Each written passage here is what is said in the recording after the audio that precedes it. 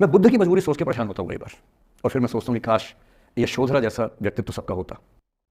बुद्ध की रियल कहानी क्या है शायद किसी को नहीं पता। मैं जिस कहानी की बात कर रहा हूँ, मैथिली शरण गुप्त नाम के एक बड़े प्रसिद्ध कवि ने यशोधरा नाम की पुस्तक में वो कहानी लिखी है, भूमिका में जिक्र किया। बुद्ध बचपन से ही थोड़े से वैरागी किस्म के व्यक्ति थे। उनकी कुंडली देख के ज्योतिषी ने बताया भी था। माता पिता बहुत परेशान थे। शुद्धोदन उनके पिता का नाम था।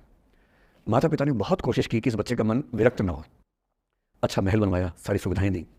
जैसे ही बुद्ध थोड़े से किशोरावस्था में आए, उस समय की दुनिया की सबसे खूबसूरत महिला से, लड़की से, यशोधरा से, उसी शादी करवा दी। यशोधरा के पिता ने काफ़ी एग्जाम लिए बुद्ध जी के, वो सारे एग्जाम में पास हुए, तब जाकर शादी हुई। ऐसे नहीं हुई, शादी हुई। तो बुद्ध भी ठीक था, रमे रहे उस जीवन में। बेटा हुआ उनका राहुल। अब बुद्ध की विरक्ति का भाव बढ़ता जा रहा था। 29 साल की उम्र के आसपास ऐसा हुआ कि उन्होंने एक मृत व्यक्ति को देख लिया, एक बूढ़े को देखा, एक भिखारी को देखा, एक बीमार को देखा।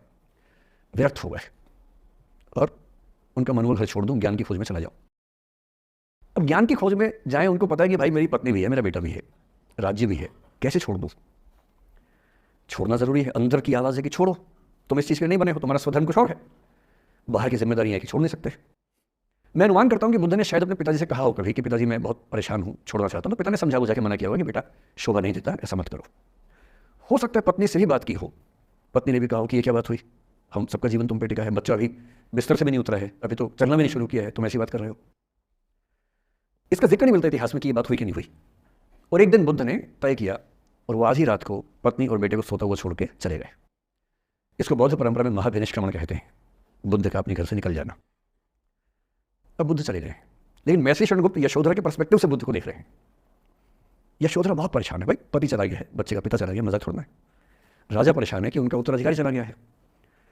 यशोधरा इतनी परेशान है, बहुत लंबे समय तक छंद आते रहते हैं कि वो कितनी बेचैन है, कितनी परेशान है। लेकिन यशोधरा की सबसे बड़ी परेशानी इस बात से नहीं कि बुद्ध चले गए, इस बात से है कि बिना बताए चले गए, भरोसा नहीं किया। और वो अपनी सहेली से कहती है, सिद्धि हेतु स्वामी गए, यह गौरव की बात। मुझे गर्व है कि मेरा पति इतने महान काम के लिए गया है। सिद्धि हेतु स्वामी गए, यह गौरव की बात, पर चोरी चोरी गए, यही बड़ा व्याघात। सखी सखी वो मुझसे कहकर जाते, कह तो क्या वो मुझको अपनी पथ बाधा ही पाते, क्या मैं रास्ता रोकती उनका? उसके मन में ये मलाल है कि बिना बताए चले गए। वो इस भाव को लेट गो नहीं कर पा रही है, परेशान है। फिर बुद्ध को ज्ञान मिला 6 साल की तपस्या के बाद, बोधिगया में बोधि वृक्ष के नीचे ज्ञान मिला। बात फैल गई। जो 5 शिष्य बुद्ध को छोड़ के भाग गए थे उनके बुरे वक्त में, उन्हीं 5 को बुद्ध ने सबसे पहले ज्ञान दिया सारनाथ में, जिसको धर्म चक्र प्रवर्तन कहते हैं। बुद्ध की ख्याति बढ़ने लगी। शुद्धोदन ने बुद्ध के पास, अपने बेटे के पास कई लोगों को भेजा ये कहने के लिए कि भाई यहाँ भी तो आओ, हमसे भी तो मिलो। बुद्ध का ऐसा प्रताप था कि जो उनके पास जाता वो बुद्धं शरणं गच्छामि हो जाता, वापस ही नहीं आता।